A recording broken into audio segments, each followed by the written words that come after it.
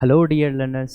आज हम शुरू करने जा रहे हैं फ्रिक्शन के कुछ कॉन्सेप्ट्स, कुछ टेक्निक्स जिनसे हम फ्रिक्शन में आए गए नीट के सवाल और जेई के सवाल को आसानी से सॉल्व कर सके कुछ सेकंड्स में, राइट। पहले मैं एनएलएम के बाद डायरेक्ट आपको पीवाईक्यू कराने वाला था, लेकिन मुझे ऐसा रियलाइज़ हुआ, बच्चों की रिक्वेस्ट है कि सर अगर आप एनएलएम बता दिए हो तो फ्रिक्शन के भी सवाल, फ्रिक्शन के भी कुछ टेक्निक्स डिस्कस कर दो। तो मैंने सोचा जहाँ इतना मेहनत किया है थोड़ा और सही, राइट।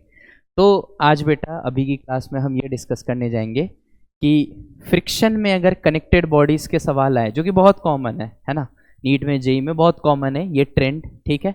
तो अगर इस तरह के ट्रेंड पे सवाल आए, कनेक्टिंग बॉडीज़ के सवाल आए, फ्रिक्शन के कनेक्टिंग बॉडीज़ के सवाल आए, मतलब सवाल वही है, एनएलएम वाला ही है, बस अंतर ये है कि पहले सिंपली बॉडीज कनेक्टेड होते थे और वहाँ पे कोई फ्रिक्शन की चर्चा नहीं होती थी। अब यहाँ पे बॉडी कनेक्टेड के साथ साथ फ्रिक्शन की भी चर्चा होगी, राइट। तो अगर इस तरह का सिचुएशन हो, इस तरह का प्रॉब्लम हो, इस तरह के क्वेश्चंस हो, तो हमें उनको किस तरीके से अप्रोच लेना और जल्दी से जल्दी कुछ ही सेकेंड्स में कैसे उसको सॉल्व करके आंसर दे देना, अब हम उस चीज़ की प्रैक्टिस करने जा रहे हैं बेटा, ठीक है।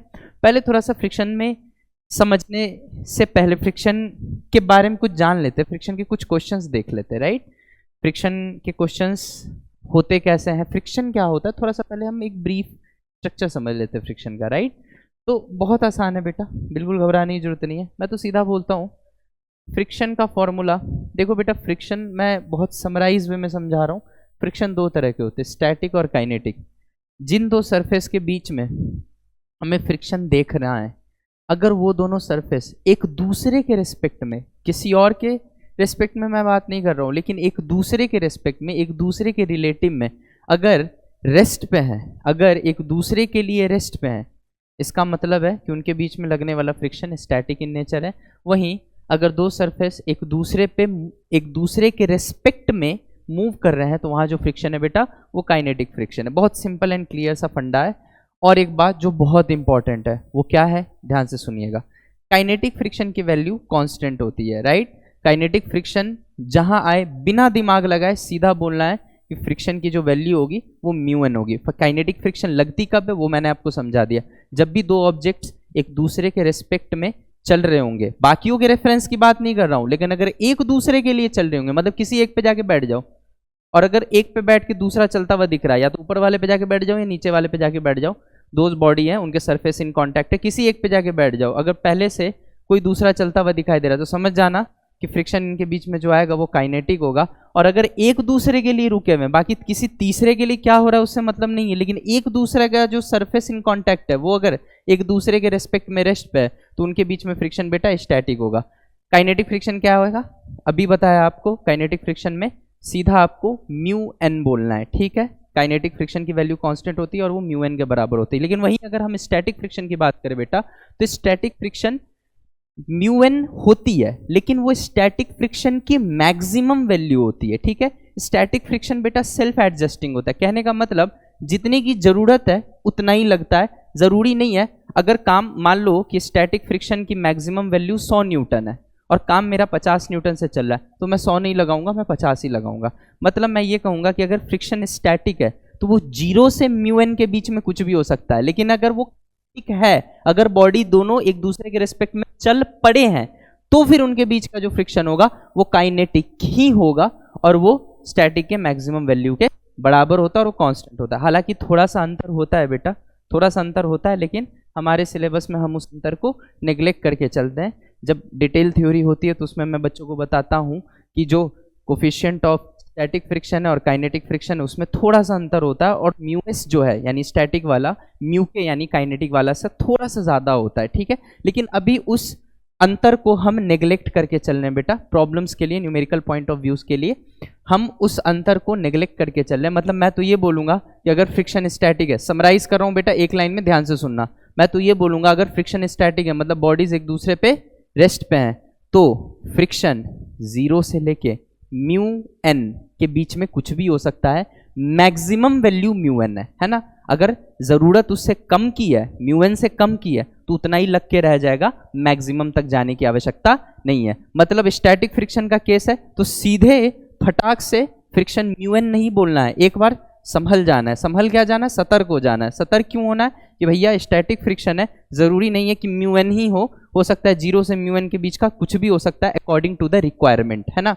जैसा जरूरत है उस हिसाब से 0 से म्यू एन के बीच का कुछ भी हो सकता है। लेकिन वहीं अगर फ्रिक्शन काइनेटिक है, अगर मुझे किसी ने इस बात की श्योरिटी दे दी है कि दो सरफेस है, उनके बीच में फ्रिक्शन लग रहा है और दोनों सरफेस एक दूसरे पे मूव कर ही रहे हैं, अगर मैं श्योर हूं ये बात, तो फिर तो दिमाग ही नहीं लगाना, फ्रिक्शन म्यू एन ही होगा। इसमें कहीं रेंज की बात नहीं होती, म्यू एन ही फ्रिक्शन होगा। यस और नो?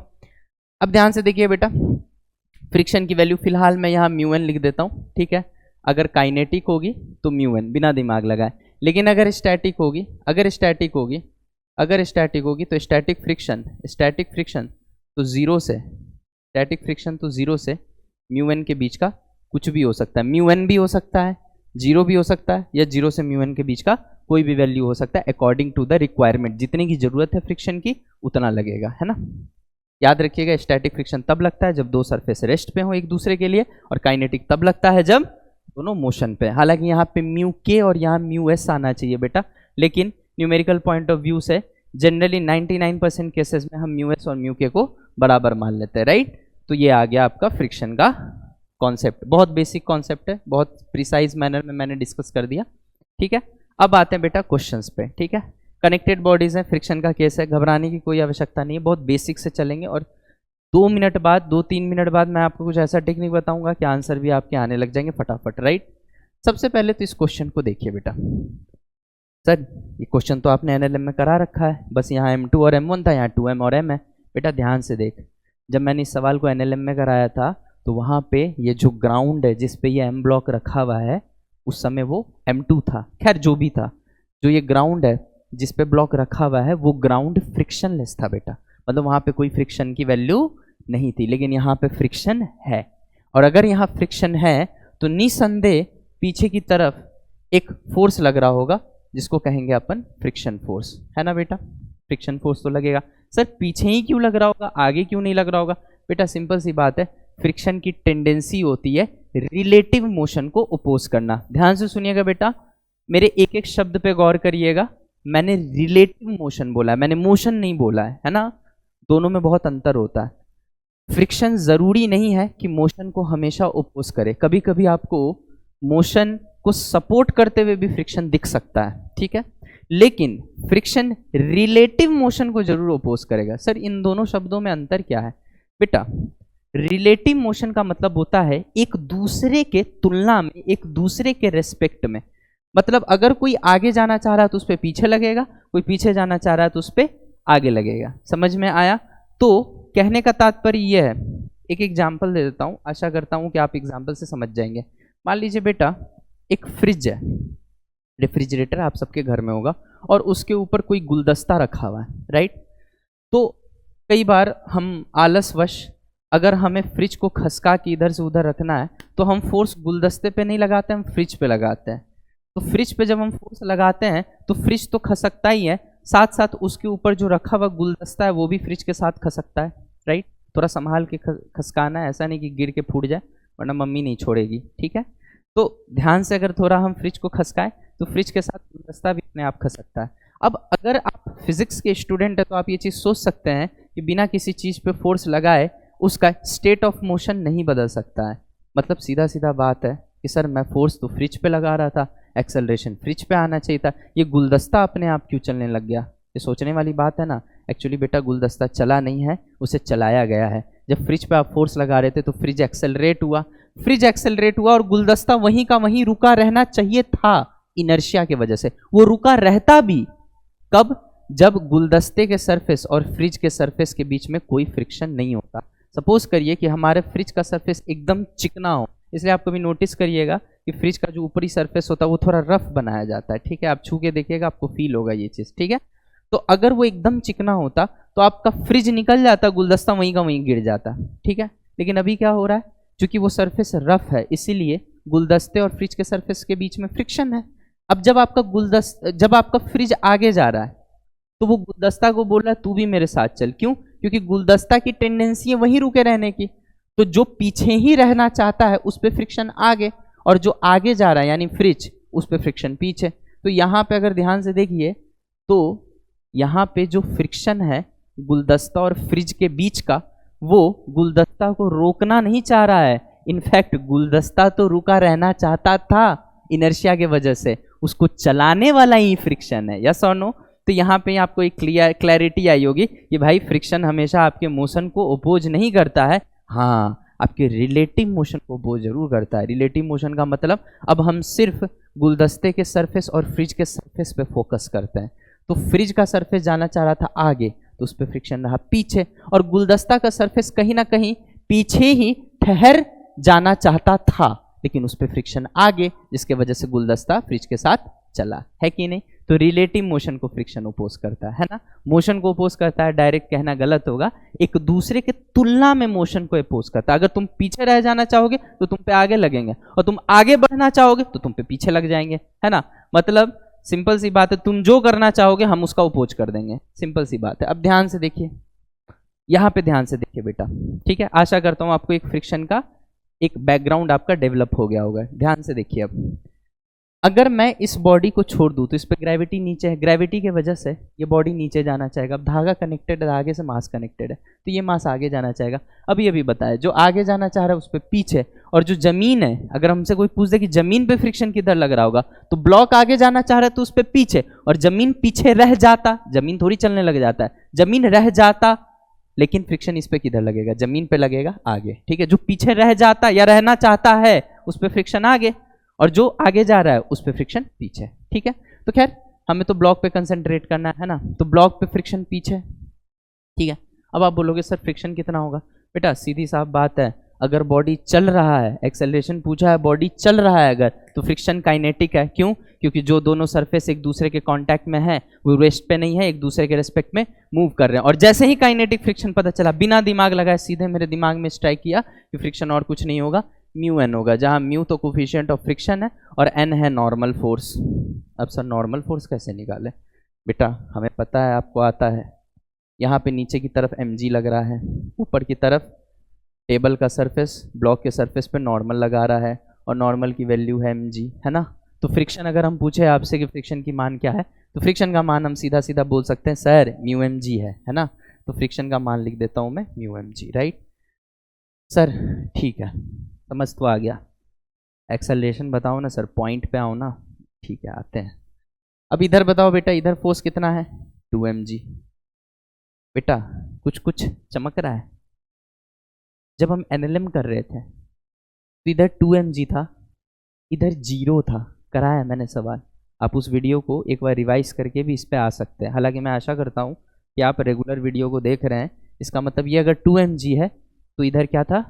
0 था, याद है ना? कुछ बच्चों को मैंने कंफ्यूज भी किया था ये बोल के कि नहीं नहीं mg लग रहा है, फिर मैंने क्लैरिटी दिखी थी कि फोर्स y में है, डिस्प्लेसमेंट x में है, मतलब फोर्स y में लग रहा है, मोशन x एक्सिस में, तो इस फोर्स का इधर कोई योगदान नहीं होगा, इसीलिए इधर मैंने क्या लिया था? 0 लिया था, याद है ना? तो मैंने 2 mg माइनस 0 लिया था। Getting my point? यहाँ पे क्या है बेटा? 0 है क्या? यहाँ पे x एक्सिस में ही फोर्स है, जिस एक्सिस पे तुम्हारा मोशन हो रहा है उसी एक्सिस पे फोर्स है ना? ऐसा भी नहीं है कि किसी और एक्सिस पे, उसी एक्सिस पे फोर्स है ना? तो मतलब सीधा सीधा म्यू mg 2 mg को अपोज कर रहा है, साफ साफ दिख रहा है बेटा कि 2 mg इधर लेके जाना चाह रहा है, म्यू mg उसको अपोज कर रहा है। मैं तो कह रहा हूँ इतना दिमाग ही मत लगा भाई, सिंपल एंड क्लियर बात बताऊं, सीधा चमका, इधर 2 mg इधर म्यू mg, ठीक है? बताइए बेटा नेट फोर्स बताइए। नेट फोर्स हो गया 2 mg माइनस म्यू mg। मैं तो एक ही बात बोला था, सीधा शुरू वाला पकड़ो और अंत वाला पकड़ो, ठीक है? तो 2 mg minus mu mg, right, upon total मास। टोटल मास क्या है बेटा?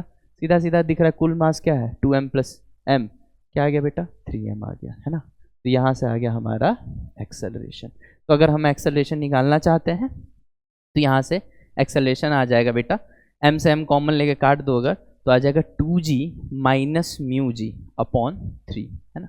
2g minus mu G upon 3। चलो एक डेटा लेके करते हैं, ठीक है? डेटा लेके सेम सवाल को करते हैं, देखते हैं आंसर कैसा आता है, ठीक है? मान लो 2m का जो मान है वो मैंने मान लिया 10 kg, ठीक है बेटा? 2m जो है हमारा 10 kg है, तो स्वाभाविक सी बात है m क्या होगा? जल्दी बता, m होगा 5 kg, है ना जी? और म्यू की वैल्यू मान लेते हैं 0.5, ठीक है। वैसे मानने को तो कुछ भी मान सकते हो बेटा, म्यू जो है 0 से 1 के बीच का कोई भी वैल्यू होता है, राइट। तो 0.5 मान लेते हैं अपन, ठीक है। तो अब देख बेटा, अब देख न्यूमेरिकल कितना शॉर्ट होगा, ध्यान से देखना। अब बता इधर कितना फोर्स है, 100 न्यूटन सर, 10 kg, मतलब mg फोर्स निकालना है, 10 × 10 100। इधर कितना होगा, इधर 50 है, वेट 50 है, लेकिन वेट का कोई काम नहीं है भाई। वेट का काम है, हम बोले थे ना तुम्हें, इनडायरेक्टली इसका कंट्रीब्यूशन है, क्योंकि mg डिसाइड कर रहा है नॉर्मल, और नॉर्मल डिसाइड कर रहा है फ्रिक्शन। तो अब वेट डायरेक्ट कोई रोल प्ले नहीं कर रहा है, लेकिन इनडायरेक्ट रोल प्ले कर रहा है। रोल तो फ्रिक्शन प्ले कर रहा है, अरे भाई इस फोर्स को अपोज कौन कर रहा है, फ्रिक्शन कर रहा है ना, लेकिन इनडायरेक्ट रोल कौन प्ले कर रहा है, इनडायरेक्ट रोल प्ले हमारा नॉर्मल कर रहा है। और नॉर्मल को कौन डिसाइड कर रहा है, वेट कर रहा है, समझे। इसीलिए उस समय याद करो, जब मैं एनएलएम में कर रहा था तो बोल रहा था कि भाई इसका तो इधर कोई योगदान नहीं है, फ्रिक्शन में योगदान हो जाएगा लेकिन इनडायरेक्टली होगा, ठीक है ना।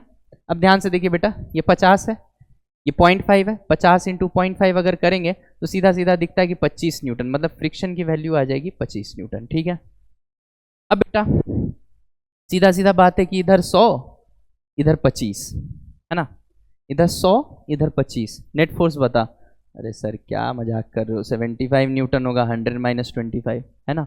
और अगर हमसे कोई मास पूछे तो मास हम बोलेंगे 10, 5 15, 15 से डिवाइड कर दे भाई, यह आ गया एक्सेलरेशन। तो यहाँ सीधा सीधा दिख रहा है 15 5 जा 75, मतलब 5 मीटर प्रति सेकेंड स्क्वायर का एक्सेलरेशन आ चुका है। मतलब अगर हमसे कोई इसका एक्सेलरेशन पूछता तो ये 5 मीटर पर सेकेंड स्क्वायर से नीचे, और ये 5 मीटर पर सेकेंड स्क्वायर से इधर की तरफ जा रहा है, राइट। अब बोलोगे सर इतना कर दिए हैं, जब इतना खर्चा हो ही गया है चिप्स का पैकेट भी खरीद लेते हैं। कहने का तात्पर्य ये है कि जब इतना मेहनत कर ही दिए हैं तो थोड़ा टेंशन भी बता ही दीजिए। बता रहे बेटा, बता रहे हैं, चिंता मत करो, सब बताएंगे तुम्हें। ध्यान से सुनना, मैंने तुम्हें एक बात बोली थी एनएलएम वाले लेक्चर में कि तुम्हारे लिए एक्सेलरेशन होता होगा, मेरे लिए एक्सेलरेशन 1 kg का फोर्स है, बोला था मैंने, बहुत बढ़िया, अच्छा आप लोगों को याद है। तो एक्सेलरेशन 5 है, यानी 1 kg का फोर्स है 5, ठीक है, यूनिट हटाओ, 1 kg का फोर्स है 5, मतलब 1 का 5 है, तो बता 10 का कितना होगा। तो 1 का 5 है तो 10 का कितना होगा, 50। मैं तो कहता हूँ 7वीं क्लास का बच्चा भी कोई ये सब चीज़ सीख सकता है ना। अगर मैं उससे बोलूँ कि बाबू बता एक आम जो है वो 5 रुपए का है, तो बता 10 आम कितने का होगा, वो भी बता दे भैया 50 रुपए का होगा, है ना। तो सिंपल सी बात है, 1 का 5 है तो 10 का 50 होगा। अब 10 का 50 होना चाहिए, लेकिन नीचे 100 है, तो ऊपर की तरफ क्या होगा, ऊपर की तरफ होगा 50 न्यूटन, ठीक है। और यहाँ पे टेंशन आ गया बेटा, वो सारी चीज़ें अभी भी लागू हैं, क्या, धागा फ्रिक्शनलेस है, धागा मासलेस है, पुली फ्रिक्शनलेस है, वो सारी बातें अभी भी वैलिड है। ये नहीं कि वो सारी बातें हट गई, वो अभी भी वैलिड है। फ्रिक्शन सिर्फ और सिर्फ ज़मीन पे आया है, पुली स्ट्रिंग अभी भी फ्रिक्शनलेस है, और पुली मासलेस, और धागा भी मासलेस है, ठीक है बेटा। ये 50 न्यूटन हुआ, तो ये कितना आ गया, 50 न्यूटन। सर एक बार क्रॉस चेक कर लें सर कि आपने जो निकाला वो सही निकाला, ये गलत निकाला है, कर ले भाई, ठीक है, ट्रस्ट इशू है तो कर ले, ठीक है। एक बात बता बेटा, 1 का 5 है, यहाँ कितना है 5 kg, तो 5 का कितना होगा 25। अब 25 होना चाहिए, इधर 50 है, तो पीछे कितना रहा होगा 25, तो पीछे कितना रहा होगा 25। अरे सर ये देखो मैच कर गया। मैच करने का मतलब ये है कि जो हमने किया है वो बिल्कुल ठीक है। आशा करता हूँ एक सवाल में आपको मैंने हर तरह का वैरायटी दिखा के पूरा एग्जाम्पल, आपका पूरा कॉन्सेप्ट आपके दिमाग में सेट करने की मैंने कोशिश की है, ठीक है बेटा। ईमानदारी से बता, ईमानदारी से, हम न्यूटन्स लॉज ऑफ मोशन पढ़ रहे हैं या फ्रिक्शन पढ़ रहे हैं, ईमानदारी से बता। सर सब कुछ तो वही है, बस यही है कि फ्रिक्शन का पहले वैल्यू पता नहीं होता था, अब पता चलने लगा है, और फ्रिक्शन का वैल्यू होता है mu N, mu M G नहीं, म्यू एन, ठीक है ना। एन अलग अलग सिचुएशन में अलग अलग हो सकता है, उसी हिसाब से फ्रिक्शन आएगा, है ना। तो बेटा क्यों ना हो, फ्रिक्शन भी तो आखिर फोर्स ही है ना, ठीक है। पहले हम ऐसे करके खींचते थे, अब फ्रिक्शन फोर्स लगा रहा है, सवाल तो सेम कर रहे हैं हम, है ना। अब ध्यान से देखो बेटा, यहाँ पे ध्यान दे, अगर हम इस सवाल में देखते, सेकेंड नंबर क्वेश्चन में देखिए ठीक है, तो यहाँ साफ साफ दिख रहा है बेटा कि नीचे की तरफ होगा 60 न्यूटन का फोर्स, है कि नहीं, mg मतलब 60 न्यूटन का फोर्स है ना, 60 न्यूटन तो नीचे की तरफ हो जाएगा। सर इधर 40 होगा, लेकिन बेटा एक बात बता, याद आया न्यूटन्स लॉ में हम क्या करते थे, हम 40 का वो कंपोनेंट देते थे जो हमारे काम का हो, मतलब ये वाला, हमें इससे कोई मतलब नहीं है, क्या लग रहा है हमें तो इस वाले कंपोनेंट से मतलब है, क्योंकि यही वो वाला कंपोनेंट है जो लाइन ऑफ मोशन, यानी जिस लाइन पे मोशन हो रहा है, जिस एक्सिस पे मोशन हो रहा है, उसके उस डायरेक्शन वाला फोर्स से हमें तो मतलब है। ठीक है, मतलब तो बेटा अब उसके परपेंडिकुलर वाले से भी है, मतलब तो उसके परपेंडिकुलर वाले से भी है। क्यों सर, तब तो नहीं होता था मतलब, अब कैसे हो गया? डायरेक्ट मतलब नहीं है, इनडायरेक्ट मतलब है। मतलब पहले अगर ये क्वेश्चन न्यूटन्स लॉ का होता तो ये होता 60, ये होता mg साइन थीटा, बोले थे ना इंक्लाइन वाला साइन होता है, साइन 37 डिग्री क्या होता है बेटा, साइन 37 होता है 3/5, ये सब वैल्यू थोड़ा सा याद रखना पड़ेगा आपको। ठीक है, तो साइन 37 क्या होता है बेटा, साइन 37 डिग्री होता है 3/5। अब ध्यान से रखिएगा, ध्यान दीजिएगा, 40 हुआ mg, 40 साइन 37 यानी 40 इंटू 3/5 है, तो 40 इंटू 3/5 क्या हो जाएगा, 40 से 5 8 बार में 8 दिया 24, तो ये 24 न्यूटन आ जाएगा। अगर ये क्वेश्चन एनएलएम का होता, गुस्ताखी माफ, बट अगर ये क्वेश्चन एनएलएम का होता तो मैं सीधा 60 माइनस 24/10 करता कि नहीं करता बच्चों? ठीक है, 60 माइनस 24/10 करता, लेकिन अब ये सवाल में न्यूटन्स लॉ नहीं है सिर्फ मास्टर, अब फ्रिक्शन भी है, तो फ्रिक्शन भी है तो फ्रिक्शन भी लेंगे। अच्छा सर फ्रिक्शन भी लेंगे ना, हाँ फ्रिक्शन लेंगे कैसे, म्यू एन। अच्छा म्यू एन, एन क्या होता है सर, नॉर्मल फोर्स, मतलब सरफेस के परपेंडिकुलर जो होता है यही तो नॉर्मल होता है। अच्छा ये कितना होगा, ये क्या होगा बेटा, 40 को हम इधर तोड़े थे तो साइन वाला, इधर तोड़े थे तो कॉस वाला आया था, मतलब ये कॉस वाला होगा ना, ये वाला कितना फोर्स है, कॉस वाला कैसे निकालते, cos 37, और cos 37 क्या होगा 4/5, तो ये कितना आ जाएगा बेटा, 4/5 से अगर 40 को मल्टीप्लाई किए तो 32 आ जाएगा बेटा, 32 आ जाएगा, है ना, 32 आ जाएगा, 32 न्यूटन। ठीक है, तो नॉर्मल भी हो जाएगा 32 न्यूटन, है ना, क्योंकि ऑब्वियस सी बात है बॉडी ऐसे तो मूव कर नहीं रहा है, हम इसको अब x मान रहे हैं और इसको अब y मान रहे हैं। सर ऐसे कैसे, कुछ भी आप लिख देते हो यार, एक्स वाई तो ऐसे होता है ना, आपने ऐसे कैसे एक्स वाई मान लिया, बेटा मेरी मर्जी है, मैंने बोर्ड को थोड़ा ऐसे करके घुमा दिया, मैंने इसको एक्स कहा है इसको वाई कहा है, अब मुझे ये भी किसी से सीखना पड़ेगा क्या कि किधर एक्स मान सकते किधर वाई, मेरी मर्जी है भाई, मैं एक्स वाई किधर भी मान सकता हूँ, बस एक्स वाई आपस में परपेंडिकुलर होने चाहिए, है ना, तो मेरा मन किया मैंने टेढ़ा एक्स वाई मान लिया, क्या गलती कर दिया भाई, राइट। तो यहाँ पे देखो बेटा वाई एक्सिस में फोर्स बैलेंस हो गया, इसलिए तो वाई में कोई मोशन नहीं है, ऐसा तो नहीं है कि इंक्लाइन में धस जा रहा है या उड़ जा रहा है, ऐसा तो कुछ नहीं, मोशन तो एक्स में है। ठीक है, तो बहुत आराम से हम कह सकते हैं कि ये और ये बैलेंस हो गया होगा, और ये अगर बराबर है यानी एन का वैल्यू आ चुका है हमें, है ना, और अगर एन का वैल्यू आ चुका है तो फ्रिक्शन क्या होगा, फ्रिक्शन होगा म्यू इंटू एन, क्योंकि काइनेटिक फ्रिक्शन है, बॉडी अगर चल रही है तो काइनेटिक फ्रिक्शन है ना, तो काइनेटिक फ्रिक्शन देखो बेटा क्या आ गया, म्यू एन, अब म्यू की वैल्यू है 0.5 और एन की वैल्यू है 32, तो ये क्या आ गया, यहाँ से सीधा सीधा आ रहा है 16 न्यूटन, यहाँ से आंसर आ रहा है 16 न्यूटन। ठीक है, तो फ्रिक्शन बेटा श्योर शॉर्ट फ्रिक्शन जो है इधर की तरफ लगेगा, कितना लगेगा 16 न्यूटन लगेगा, है ना। ये क्या है बेटा, ये फ्रिक्शन का मैक्सिमम वैल्यू है ना, तो 16 न्यूटन इधर, अब ऑब्वियस ही बात है बॉडी ऊपर चढ़ना चाह रहा है तो फ्रिक्शन तो पीछे ही लगेगा ना, है कि नहीं। अब 16 इधर है, 24 तो इधर था ही, ये 24 जो पीला वाला बना है वो क्या है, वो अपने वेट का एक कंपोनेंट है ना, अपने ही वजन का एक भाग जो इंक्लाइन के पैरेलल काम कर रहा है, वो है।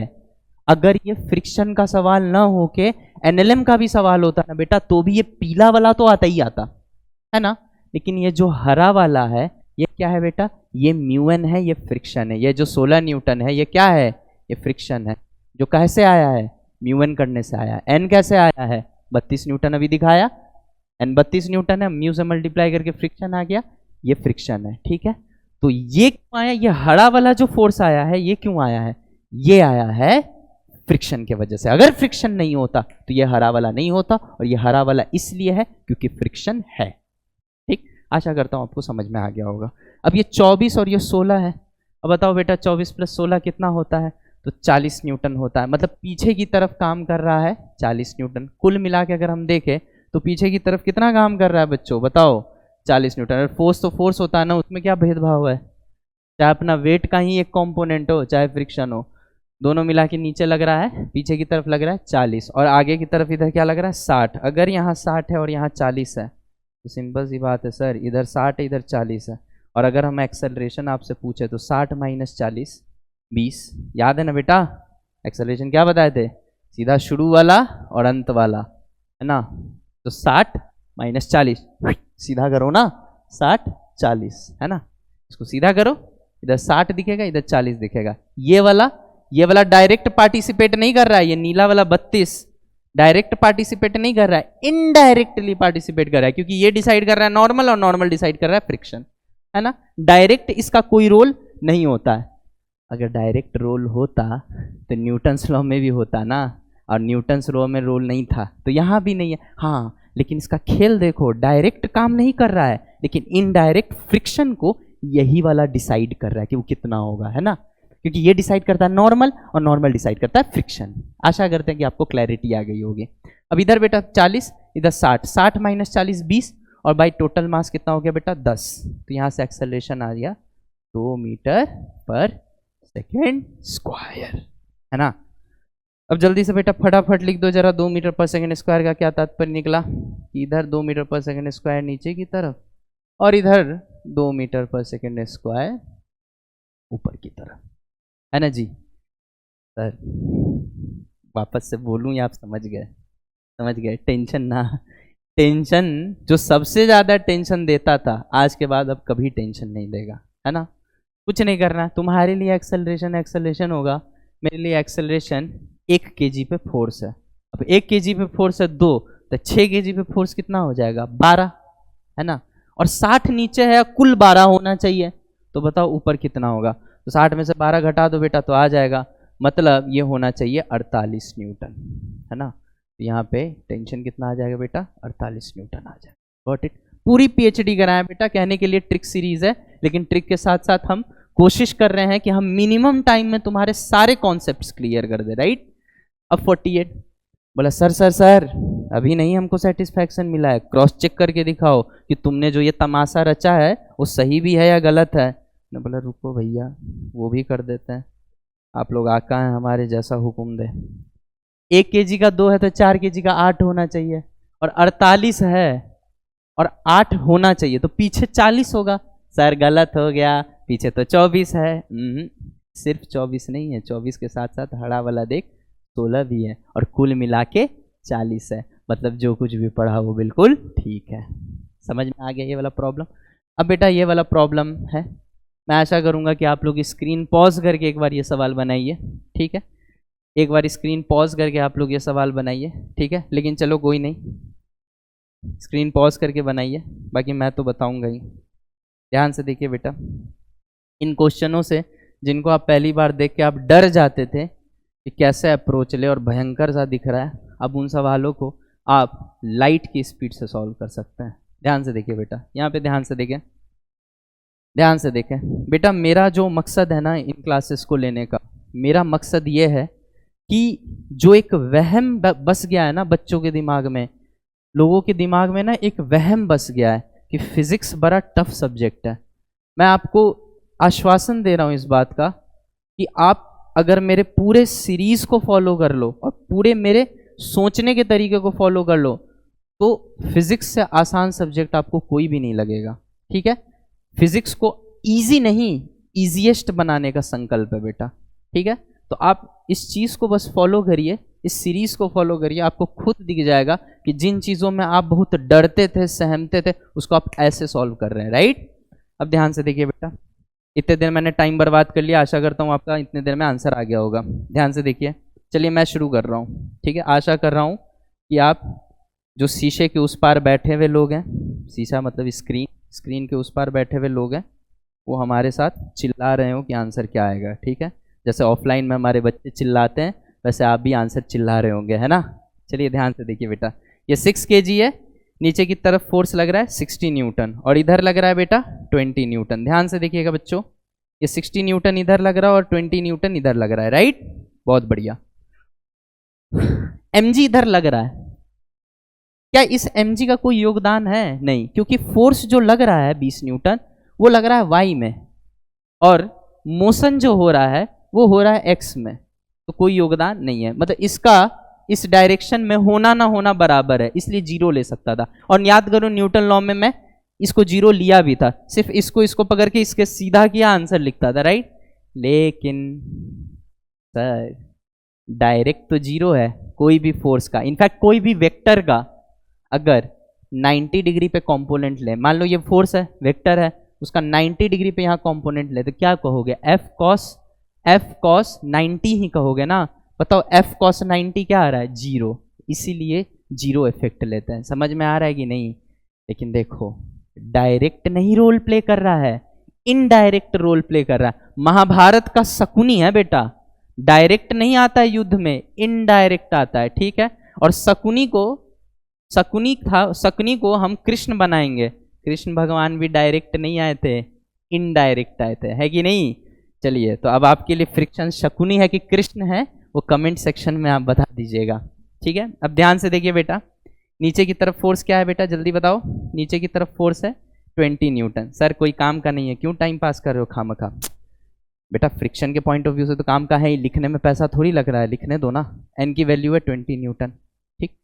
अब एन 20 न्यूटन है बेटा, फ्रिक्शन क्या होता है? म्यू एन मतलब म्यू 0.5 है, एन 20 है, डायरेक्ट 10 न्यूटन अब ओरली करेंगे भाई, है ना। अब घिसू वाला मेथड नहीं, सीधा 0.5 है और 20 है, सीधा 0.5 इंटू 20 10 न्यूटन, मतलब फ्रिक्शन 10 न्यूटन होगा।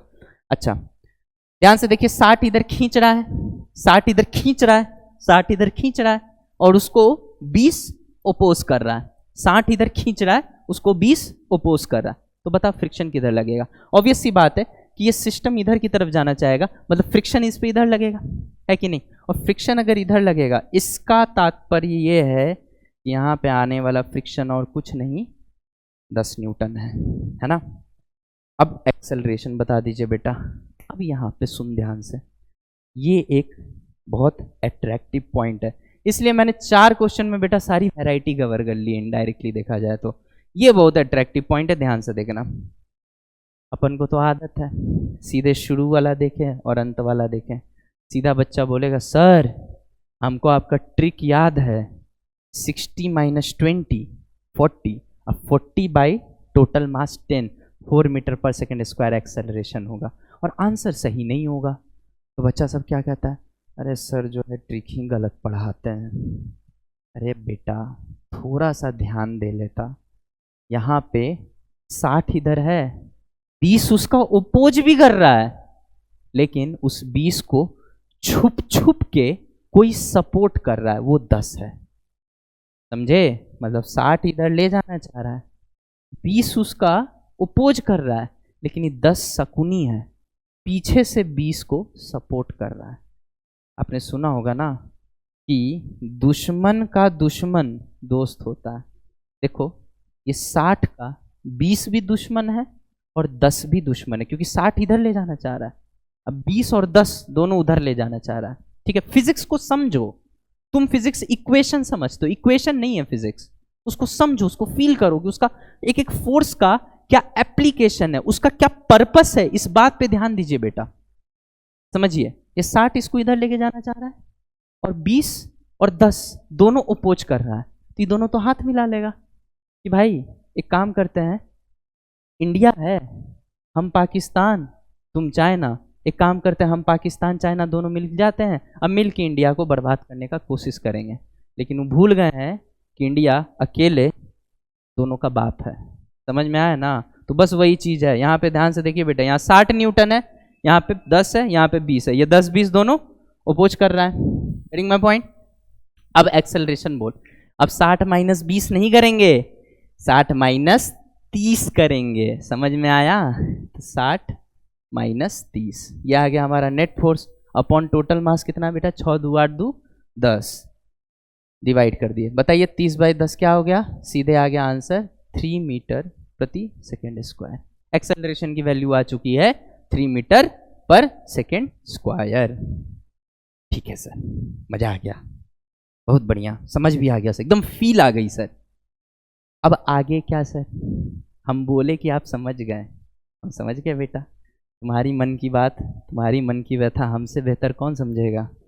हम समझ गए तुम्हारा अगला सवाल क्या होगा कि सर 60 माइनस 30 तो आपने कर दिया, एक्सेलरेशन भी निकाल दिया, आंसर भी आ गया था सर मेरा, लेकिन सर टेंशन भी बता देते हैं। चलिए तुम्हारे लिए फिर से बोलूं लाइन या अब याद हो गया है? तुम्हारे लिए सॉरी तुम्हारे लिए एक्सेलरेशन होगा, हमारे लिए 1 kg का फोर्स है। अब ध्यान से देखो बेटा, 1 kg का फोर्स 3 है, तो 6 kg का कितना होगा? 18। 18 कुल होना चाहिए, यहाँ 60 है, 18 कुल होना चाहिए। तो बताओ बेटा ये कितना होगा? बताओ ये कितना होगा? तो 7 में से 18 घटा दो, पता चल जाएगा। 60 में से 18 कैसे घटाए सर? अरे भाई 60 में से 10 गया 50 और 8 घटा दे 42, मतलब यहाँ पे टेंशन क्या आएगा? 42 न्यूटन। ठीक है बेटा, जोड़ घटाव आता है ना? आता है ना जोड़ घटाव? 7वीं पास हो ना? फिजिक्स सिखाने की गारंटी हम दे रहे हैं, गारंटी हम दे रहे हैं। बस तुम 7वीं कक्षा पास होने चाहिए, तुमको जोड़ घटाव इंटू डिवाइड आना चाहिए और थोड़ा बहुत रेशियो और प्रोपोर्शन आना चाहिए। नहीं आता तुम सिखा देंगे, ठीक है? अगर इतना आ गया तो पूरे फिजिक्स में हम खेल जाएंगे, बस देखते रहो यहाँ। ठीक है 42 न्यूटन, ठीक है। और जितना टफ टॉपिक होगा उसको उतना ही आसान बनाऊंगा, याद रखना। जो आसान है वो तो आसान है, जो टफ है वो महा आसान है। 42 न्यूटन। अब बेटा यहाँ क्या हो गया? सर हमको पता है sir, same string same tension, answer कितना हो जाएगा यहाँ पे? यहाँ पे भी 42 न्यूटन हो जाएगा। सर अब यहाँ पे टेंशन बताओ। मैंने बोला एक ही चीज़ मैंने बोला, मेरे लिए एक्सेलरेशन। ध्यान से देख, यहाँ पे एक बहुत इंपॉर्टेंट कॉन्सेप्ट आने वाला है, ओवर कॉन्फिडेंट मत होना। यहाँ पे एक बहुत इंपॉर्टेंट कॉन्सेप्ट आने वाला है, एकदम कॉन्सेंट्रेटेड हो जाओ, ठीक है? 2 करोड़ का बात बताने वाले हैं, ठीक है? केबीसी चल रहा है, एकदम ध्यान से देखो।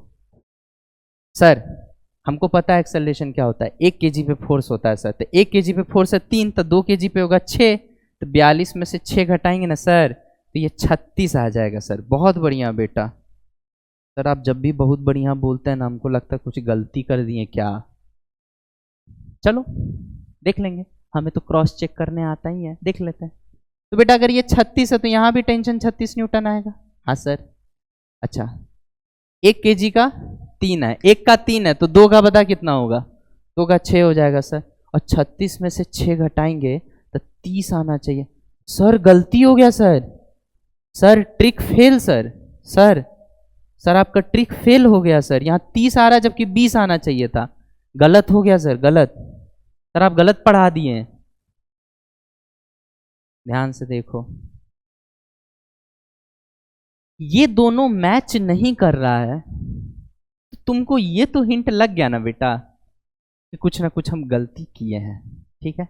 इस मेथड का सबसे अच्छा यही है कि सबसे जल्दी आंसर आता है और सबसे सही आंसर आता है। सर ठीक है, हम आपकी बात मान गए, सही कैसे करें? बेटा तुमसे एक बहुत बारीक गलती हुई है, इसलिए हम बोले थे कॉन्सेंट्रेट करो। यहाँ पे जाने के बाद बोले थे कॉन्सेंट्रेट करो। क्या गलती हुई है तुमसे? 1 का 3 होता है तो 2 का 6 हुआ, तो तुम जब 42 में से 6 घटाओगे तो 36 आना चाहिए, इसमें कोई दिक्कत नहीं है। लेकिन 36 तो बेटा कुल आना चाहिए ना, मतलब टोटल 36 आना चाहिए ना। टोटल इस तरफ का टोटल फोर्स 36 आना चाहिए ना, इस तरफ का टोटल फोर्स 36 आना चाहिए ना, जिसमें 10 ये हरा वाला फ्रिक्शन यानी शकुनी 10 तो पहले से था, तो तुमको धागे में 36 डालना चाहिए था कि 26 डालना चाहिए था? अच्छा हाँ सर, टोटल 36 था ना। ये क्या कहता है कि 1 का 3 है तो 2 का 6 रहेगा। अब 42 है, 42 में से 6 जाएगा, 42 में से 6 जाएगा तो क्या आना चाहिए? 36। 36 कुल आना चाहिए था, 36 कुल उस साइड आता ना, इसमें से 10 तो पहले से था फ्रिक्शन, तो तुम धागे में 26 ही ना देगा जी, तब ना 26 + 10 36 होगा। तो यहाँ 26 ना होगा, और जैसे ही यहाँ 26 होगा सर, मतलब ये 36 नहीं होगा सर, 26 न्यूटन होगा। Very good. अब 1 का 3 तो 2 का 6, तो ये क्या होगा 20। हाँ सर, अब मैच कर गया सर। फील आ गई बेटा? आशा करते हैं कि आपको फील आ गई होगी कि फ्रिक्शन और एनएलएम कैसे आपस में रिलेटेड है और कैसे काम करते हैं, राइट। अब हम एक आखिरी सवाल है, चाहते हैं हम तुम होमवर्क में करो ये, ठीक है। थोड़ा हिंट दे देता हूँ मैं, ठीक है, थोड़ा हिंट दे देता हूँ, लेकिन मेरी दिली इच्छा है, दिली तमन्ना है कि सवाल को आप लोग बिना पेन उठाए कम से कम एक्सेलरेशन का तो जवाब दे दें, है ना। चलो देखते हैं। आशा करते हैं आप अपने घरों में शीशे के पीछे चीख चीख के आंसर दे रहे होंगे। यहाँ कितना होगा बेटा? 70 न्यूटन। यहाँ कितना होगा? 10 न्यूटन। बहुत बढ़िया, ठीक है। फ्रिक्शन है भैया, सीधे 70 माइनस 10 मत करना है। इंडिया पाकिस्तान में चाइना भी अभी घुसेगा, है ना। ध्यान से देखो, ये 20 है, ये वाला फोर्स 20 न्यूटन है सर, लेकिन इसको ना कंपोनेंट में हम तोड़ देते हैं। आप भूल गए क्या? नहीं बेटा नहीं भूले। एक ये वाला कंपोनेंट सर, एक ये वाला कंपोनेंट। इस वाले का डायरेक्ट कोई रोल नहीं है सर, इस वाले का डायरेक्ट कोई रोल नहीं है, इनडायरेक्ट रोल है, क्योंकि ये फ्रिक्शन डिसाइड करता है। आइए तो सीधा सीधा डायरेक्ट रोल होता है। तभी तो एनएलएम में भी ये वाला लेते थे, इंक्लाइन के साइड वाला कंपोनेंट तो हमेशा से योगदान देता था, जब फ्रिक्शन नहीं था तब भी योगदान देता था, लेकिन ये इनडायरेक्ट योगदान देता है ना। अब ध्यान से सुनो मेरे बच्चे, वही अपना 2 है 20 होगा, जल्दी से कंपोनेंट में तोड़ दो यार, ठीक है। वही साइन 37 क्या होता है अभी अभी बताएं? 3/5 और कॉस 37 4/5। पहले 3/5 है तो 20 इंटू 3/5 करोगे तो 4×3 12 न्यूटन हो जाएगा। मतलब ये वेट का कंपोनेंट तो 12 न्यूटन हो जाएगा मास्टर। बहुत बढ़िया बेटा। ये वाला बताओ, 4/5 से हो जाएगा 16 न्यूटन, ये हो जाएगा 16 न्यूटन, ठीक है। 4/5 कॉस थीटा वाला कंपोनेंट ऐसा होता है ना, परपेंडिकुलर टू द इंक्लाइन होता है ना। अब ध्यान से देखो बेटा, अगर हमसे कोई नॉर्मल पूछे, सर नॉर्मल 16 होगा, है ना, ये बैलेंस हो रहा है ना, तभी तो इसमें घुस नहीं रहा है ना उछल रहा है, मोशन इसमें हो रहा है ना। बहुत बढ़िया। अब फ्रिक्शन क्या होता है बेटा? Mu N. तो 0.5 इंटू 16 कर दिए तो 8 आ गया, और फ्रिक्शन किधर की तरफ होगा? अब देख, पूरा सिस्टम उधर जाना चाह रहा है तो फ्रिक्शन किधर होगा? फ्रिक्शन होगा पीछे की तरफ, उसको हम नीला रंग से दिखा रहे हैं, फ्रिक्शन को हम दिखा रहे हैं नीला रंग से। ध्यान से देखना, फ्रिक्शन को हम नीला रंग से दिखा रहे हैं और इसकी वैल्यू है 8 न्यूटन। आशा करते हैं आप समझ रहे होंगे कि फ्रिक्शन होता है म्यू एन, म्यू की वैल्यू है 0.5 और एन की वैल्यू है 16 न्यूटन। एन की वैल्यू है 16 न्यूटन, तो ये आ गया 8 न्यूटन। बहुत बढ़िया। चलो बेटा अब धड़ाधड़ शुरू हो जा। देखो अभी इंडिया वर्सेस पाकिस्तान था, चाइना भी था, चाइना धीरे धीरे इनडायरेक्टली पाकिस्तान को सपोर्ट कर रहा है। अब अमेरिका भी आ गया, ठीक है, अमेरिका भी इनडायरेक्टली सपोर्ट कर रहा है। कोई बात नहीं, काम पड़ेगा तो हमारे पास रसिया खड़ा है ना, कोई दिक्कत नहीं है। तब देखिए 10 को ये 12 भी सपोर्ट कर रहा है और ये 8 भी सपोर्ट कर रहा है। मेरे लिए पता है बेटा, ये सवाल और ये सवाल सेम है, मेरे लिए ये सवाल और ये सवाल सेम है। बस पता है क्या किया, हम इसको टेढ़ा कर दिए। देखो ध्यान से, तो पहले जो सिर्फ फ्रिक्शन था जो कि यहाँ पे 10 न्यूटन था, अब वो फ्रिक्शन के साथ साथ 8 न्यूटन के साथ साथ वेट का एक कंपोनेंट भी आ गया है टेढ़ा होने की वजह से।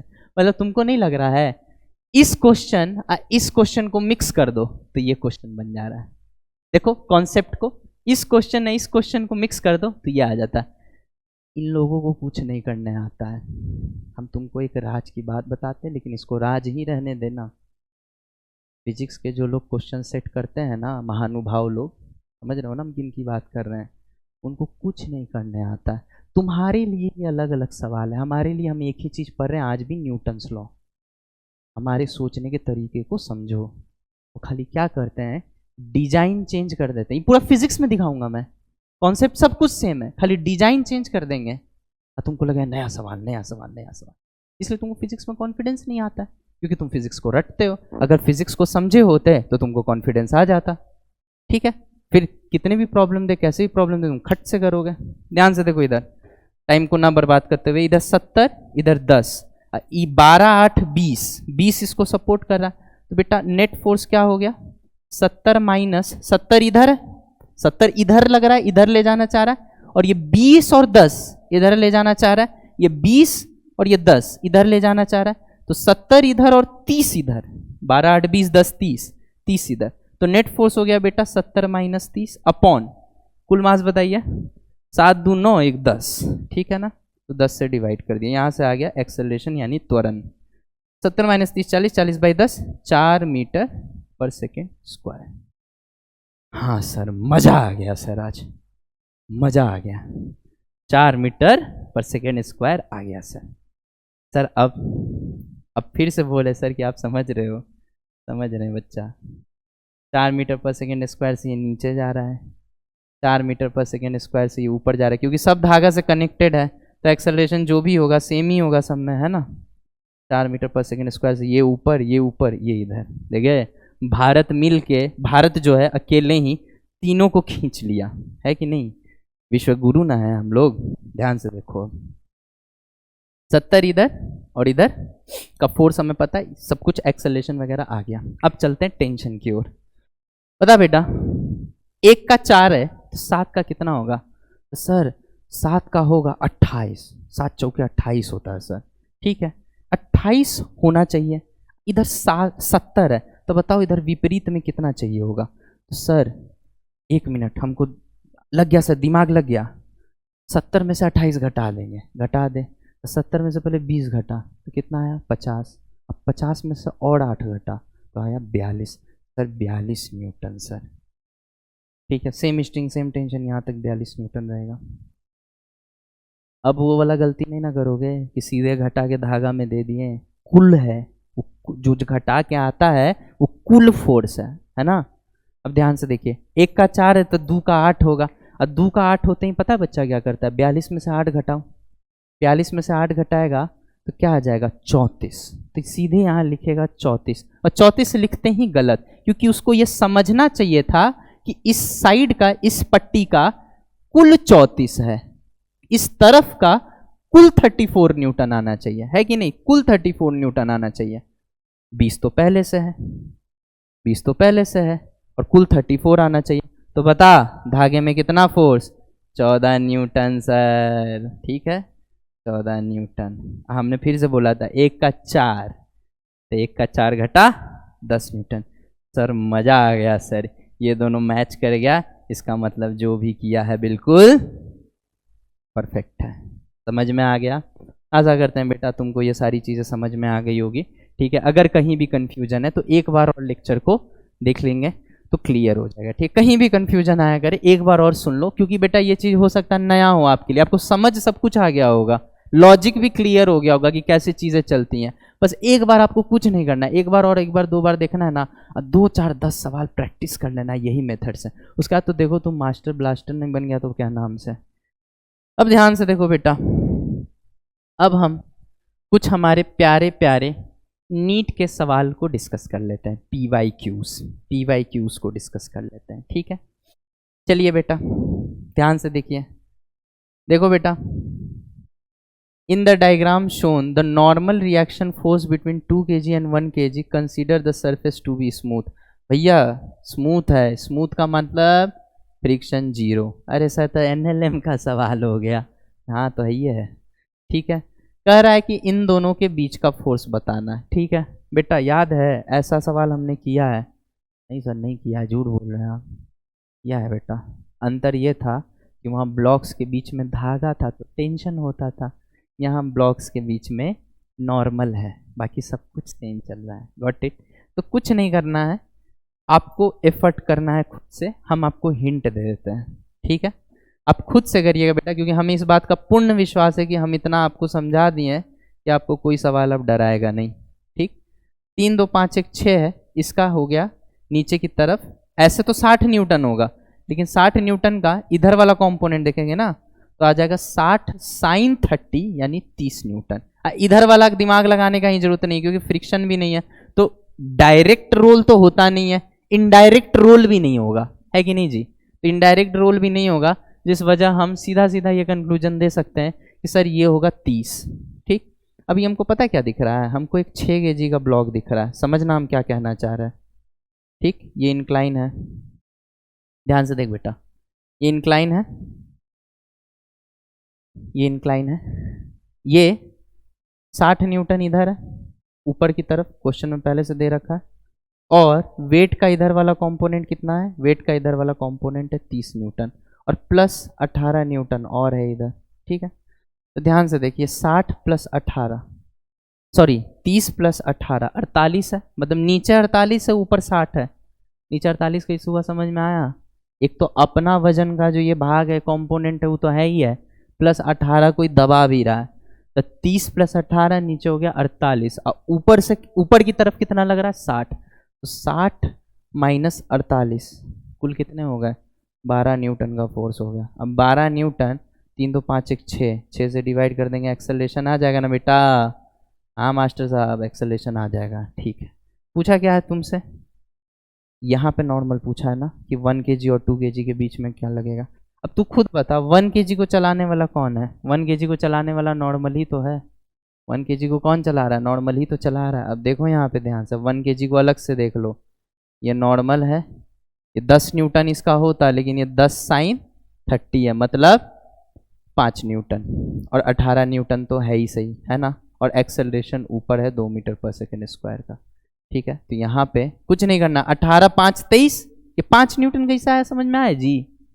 1 kg है, 1 kg का मतलब नीचे 10 और 10 का इधर वाला कंपोनेंट 5, 18 तो पहले से, अब सिर्फ 1 kg को देख रहे हैं, सिर्फ 1 kg को देख रहे हैं, तो 18 5 23 है ना, n minus 23, n minus 23, n minus 23 is equal to mass into acceleration यानी 2, तो ये आ गया n की वैल्यू 25 न्यूटन, मतलब n की वैल्यू 25 न्यूटन इसका आंसर होगा। Got it.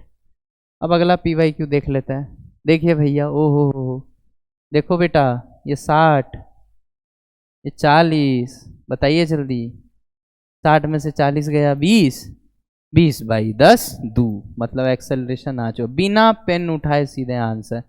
सर गलत हो गया, गलत हो गया सर का आंसर, 2 तो है ही नहीं ऑप्शन में। अरे बेटा 2 ही तो लिखा है, 10 बाई 5 कितना होगा, जी की मान 10 ले रहे हैं हम, तो 10 बाई 5 कितना होगा, 2 ही तो होगा। ठीक है, थोड़ा ऑप्शन को ध्यान से देखा करो। देखो भैया अगला, ओ हो, याद आया, 3 blocks A B C 4 kg 2 kg 1 kg are in contact, frictionless है sir, Newton law sir, frictionless है। If a force 14 Newton is applied on the 4 kg block, then the contact force between A and B, मतलब इन दोनों के बीच में भैया, A और B के बीच में बताना है नॉर्मल फोर्स, नॉर्मल बोले कॉन्टैक्ट बोले, यहाँ वही होगा, फ्रिक्शन तो है नहीं। देखो अब इधर याद है वो मेथड, शुरू वाला अंत वाला, देखिए ये सवाल जो सबसे पहला सवाल कराए थे NLM में, याद करो, दिखा देते हैं, घबराओ मत, तुम भी क्या याद रखोगे। याद आया कुछ? ये वाला सवाल और ये वाला सवाल मेरे लिए दोनों सेम है। यार ये मास्टर पागल है, क्या बात कर रहे हो सर, वहाँ कहाँ ब्लॉक था, धागा लगा था, यहाँ पे टच है। अरे तो टेंशन की जगह नॉर्मल आ गया है, पहले एक दूसरे पे धागे के माध्यम से तनाव लगता था, जो धागा फोर्स लगाता था, अब एक दूसरे का सरफेस कांटेक्ट में है तो नॉर्मल लग रहा है, नॉर्मल लग रहा है, एक ही बात तो है बेटा, क्यों घबराते हो? टी को खाली एन से रिप्लेस कर दो। नहीं आया समझ में? अरे वहां जिसको टी बोलते थे ना, यहाँ पे उसको एन बोलते हैं, खत्म। मेरे लिए फोर्स फोर्स होता है, नाम चाहे तुम जो रख लो, नाम उसका तुम गजोधर प्रसाद रख लो, हमको कोई फर्क नहीं पड़ता। अब ध्यान से देख, देख भाई इधर 14 न्यूटन है, इधर से कोई धक्का मार रहा है? नहीं सर, 0 न्यूटन। ठीक, 14 माइनस 0, फ्रिक्शन होता तो वही फोर्स हो जाता, क्या कि खसकता तो पीछे फ्रिक्शन लगता ना, लेकिन फ्रिक्शन नहीं है। 14 माइनस 0, 14 माइनस 0 अपॉन, बताइए बेटा, 14 माइनस 0 अपॉन टोटल मास, तो क्या था, 4 2 6 1 7, एक्सेलरेशन की वैल्यू आ गई 2 मीटर प्रति सेकेंड स्क्वायर। अरे सर आपके लिए एक्सेलरेशन होता होगा, मेरे लिए यूनिट केजी पे फोर्स है, समझ में आया? इसका मतलब ये है कि 1 का 2 है, मतलब 1 का 2 है, अगर एक का दो है, एक बार ना मास लिख लेते हैं, 4 2 1, ये 4 है, ये 2 है, ये 1 है, ठीक, ये 4 है, ये 2 है, ये 1 है, ठीक है बेटा। अब ध्यान से देखना, ध्यान से देखना, चलो ग्रीन पेन से लिख देता हूँ ताकि और थोड़ा क्लैरिटी रहे। ये 4 kg है, ये 2 kg है, ये 1 kg है। एक का 2 है तो 4 का क्या होगा, 8, और टोटल 8 होना चाहिए, इधर से 14 है, तो बता इधर से क्या होगा सर, 6, और जो बी ए पे लगा रहा होगा वही ए बी पे लगा रहा होगा, यानी 6। न्यूटन थर्ड लॉ, न्यूटन का तीसरा नियम, 6 6 6 6 6 6, अरे सर 6 आंसर, ठीक है।